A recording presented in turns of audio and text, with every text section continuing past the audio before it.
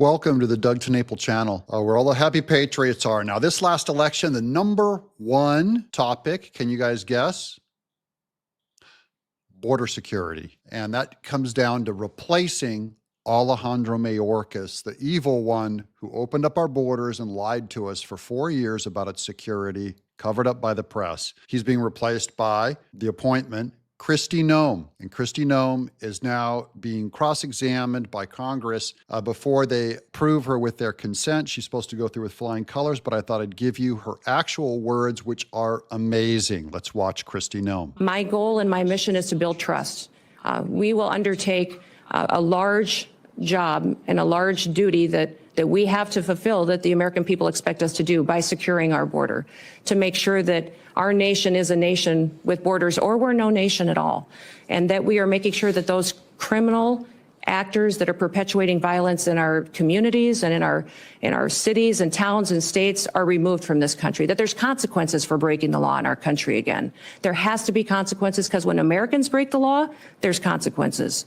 And why would we ever allow someone to come in from another country and not allow them, and not have consequences, or allow them to continue to go forward and to commit and murders and break other laws that endanger our society. So we've had over 13,000 murders that are loose in this country that have come over that border. We've had almost 16,000 rapists and sexual assault perpetuators that are loose in this country right now. 425,000 plus people have criminal convictions that are here illegally in this country that our current administration is doing nothing to round them up and get them out of our country. We will be doing that immediately, and that will be the priority. And that is one of the reasons that today the American people have lost their trust. President Trump will build it back and know that their federal government is accountable to them and is working to put America first again.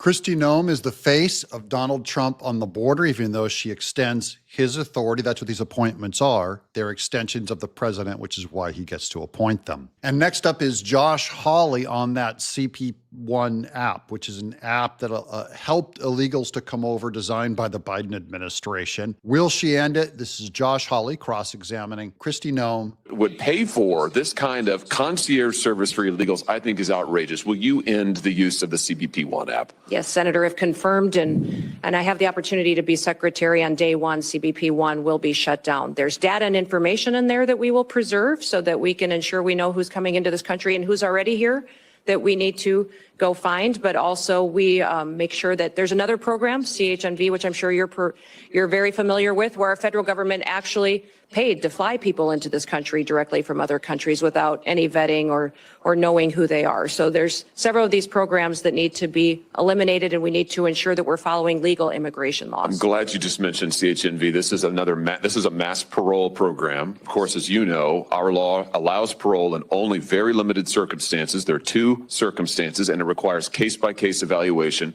The present administration, soon to be gone, has granted mass parole in direct defiance of the law, not case-by-case evaluation. The CHNV program is one of those instances. Will you put a stop to this abuse of our parole law and our asylum system? Yes, we will go back to case-by-case evaluation of these parole cases and ensure that we have more resources, if you will partner with us, to make sure that our legal immigration system is fully utilized, that we have more judges, more immigration courts, so that we can process people legally and make sure that they are going through that process, rather than like Joe Biden has done, use this as an excuse to allow people to come into our country with no consequence. Under Kristi Noem, which will instantly change everything, just the very culture of it is going to turn around. By the way, illegals, they've already announced in the last 24 hours, they are starting to self-deport. There's masses of them leaving the country, because word got out, they're not going to get to stay, which is already preemptively amazing on the Trump administration.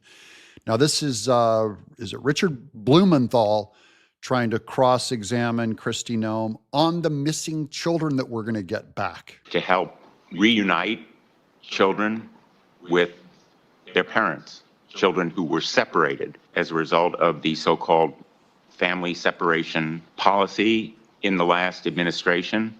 I have introduced a measure called Keep Families Together, not only to limit separation of families at or near ports of entry, but also the Families Belong Together Act for several Congresses to help bring the children, the kids who were victims of this policy and who still are not back with their parents. I hope that you will support that kind of effort. By the way, some of this bill, and I'm all for keeping the families together, but most of the parents sent their kids alone. They purposely did not put identification on them so that when they abandoned them to come across the border, which had them subject to all kinds of crimes, so this keep the families together could be a reverse engineering by Democrats to try and keep them together over here on this side of the country. And instead, Tom Homan has said you could easily just deport the whole family.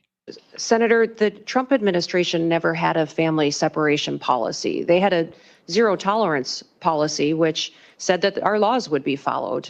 What I'm alarmed by is the over 300,000 children that went missing during the Biden administration. And when we talk about children and what they're potentially facing as far as victimization in this country and the trafficking that's going on, this administration's lack of desire to find out where those children are or what they may be going through is alarming to me. So I want to stop that. Because my time is expiring, I'm just going to interrupt again with apologies to say, let's put aside.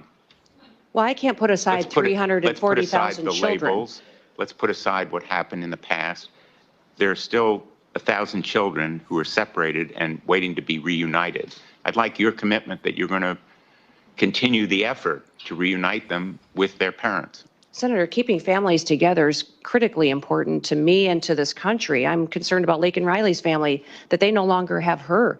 I'm concerned about the fact that we have people in this country that don't know where their children are, or people in other countries who sent their children here and they've been lost by this administration. So yes, my focus will be to keep families together. We will uphold our law and we'll make sure that we're doing everything we can to keep our children safe from the trafficking and the drug epidemic that's hit this country. I'm going to end on an optimistic note and say I take that as a yes. Yeah. Thank you, Mr. Chair. That's a huge win against Blumenthal because he never had a problem with the missing children until now. But yes, we all agree that the kids must be put together with their families and then deport them. And then here's Josh Hawley again, where the new question of all these guys is the president in control? Is this the president's border? And I like Kristi Noem's answer here. Department of Homeland Security is not particularly old, but you already have what I hope will soon be the distinction of succeeding the worst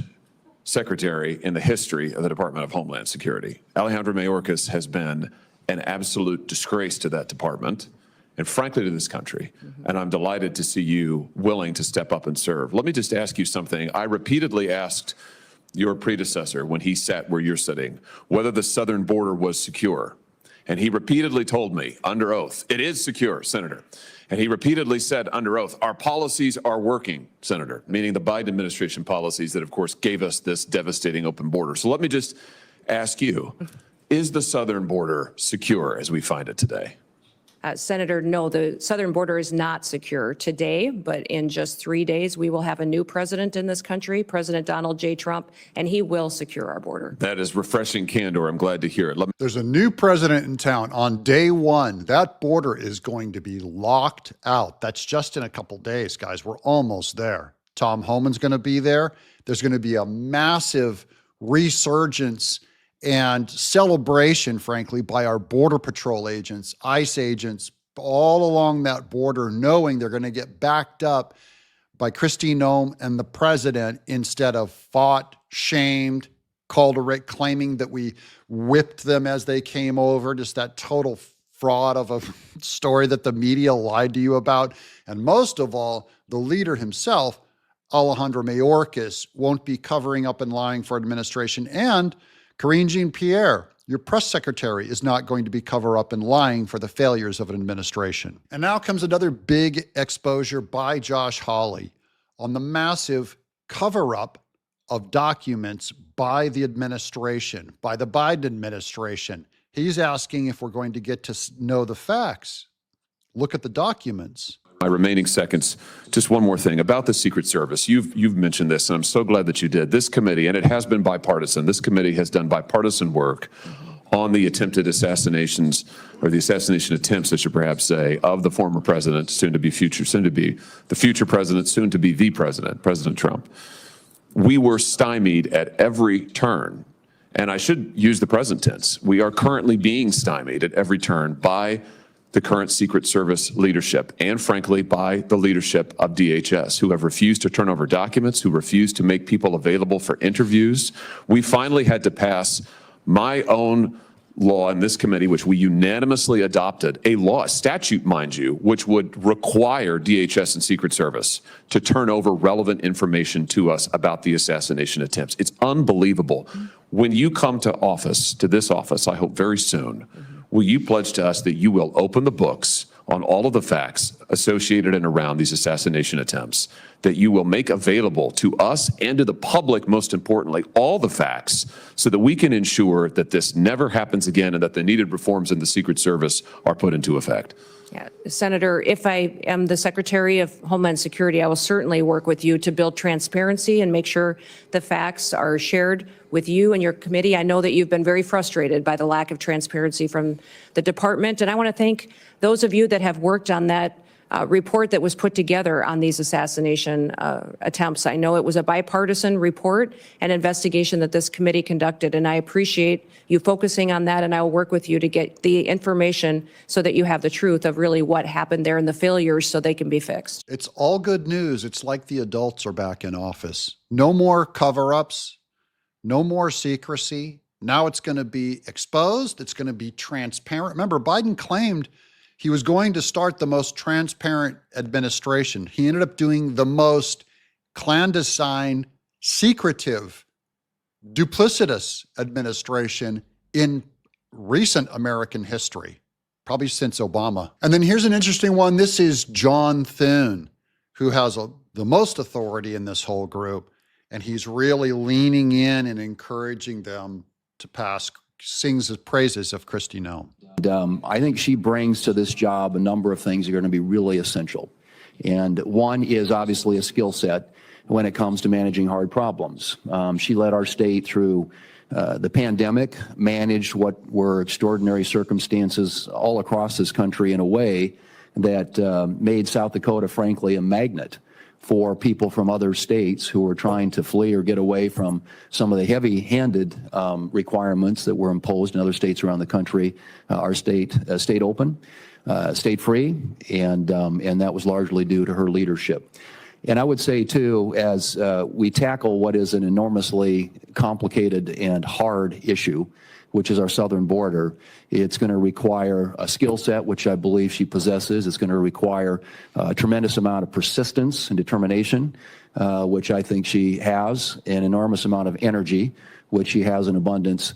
And frankly, what I would say is just absolute toughness. It's going to take some tough and hard leadership to get things back in order.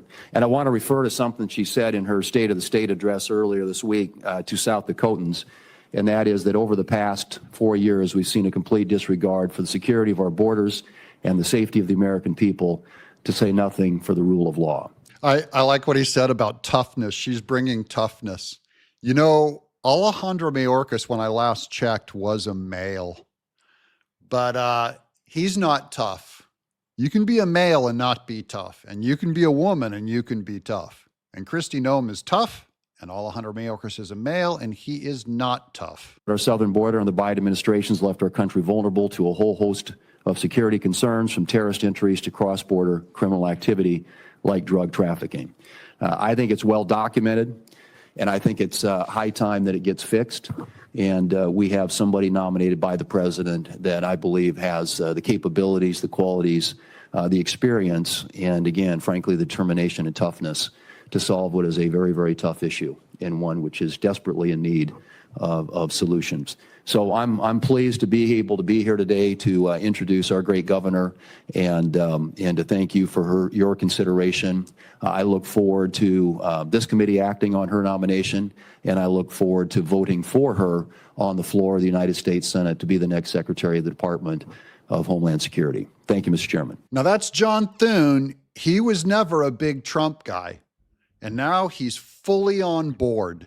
And I don't believe it's empty or hollow, like just self-preservation, which people accuse people of. And frankly, I don't care even if he's doing it for self-preservation. I'm happy to have his loyalty. You know what I mean? Even if it's just to keep your job and you're willing to jump in and do everything Trump wants, then I'll take it. I'll take it. And up next, this guy's asking, is Trump in control of the border? Which I think we all will be happy to know the answer to. Certain about roles and responsibilities regarding your position and Tom Homan's. I guess I just want to ask you just point blank, like, who's going to be in charge of the border? Well, the president will be in charge of the border. It's a national security issue, and the president is in charge of this country and has made a promise to the American people, and we will fulfill his agenda. Well, that was a good answer. It's the answer I would have given as well. But I guess I got confused. When Trump made the announcement about Tom Homan, he said, quote, I'm pleased to announce that Tom Homan, and said that he's in charge of our nation's borders. So I guess, again, I'd just like to go back to you. How are you going to work with Mr. Homan? What is the division there? I'm trying to get a better sense of who's in charge. Yeah, Tom Homan is an incredible human being who has over 30 years of experience. Incredible experience. Yeah, I get at the that. border I'm just trying to and think the through insight and wisdom. decision-making process when it comes to your work. For instance, will he be giving orders directly to CBP, ICE, USCIS? Tom Homan has a direct line to the president. He is an advisor to the president, the border czar. I obviously will be, if nominated and confirmed, and put into the position of being the Department of Homeland Security Secretary and responsible for the authorities that we have and the actions that we take. I say this because I actually want to make sure that we're empowering the next Secretary of Homeland Security. Yes. You know, in the legislation that was codified by Congress and moved forward that started this after September 11th, it said, quote, all functions of all offices, employees, and organizational units of the department are vested in the secretary. So I guess the reason why I mentioned this is I've just seen some quotes from Mr. Homan where he said, quote, I'll be making decisions on border security and deportation. He was asked in another interview about the stronger role that he'll play, and he said, absolutely, I'll be making decisions on how we do the border. So I just raise that as a concern of mine, because not only is that about the function of our executive branch, but also the capabilities of this committee to be able to properly do our constitutional duties for oversight, the ability for us to be able to have that conversation. We can talk to you, engage with you, that is the direct way.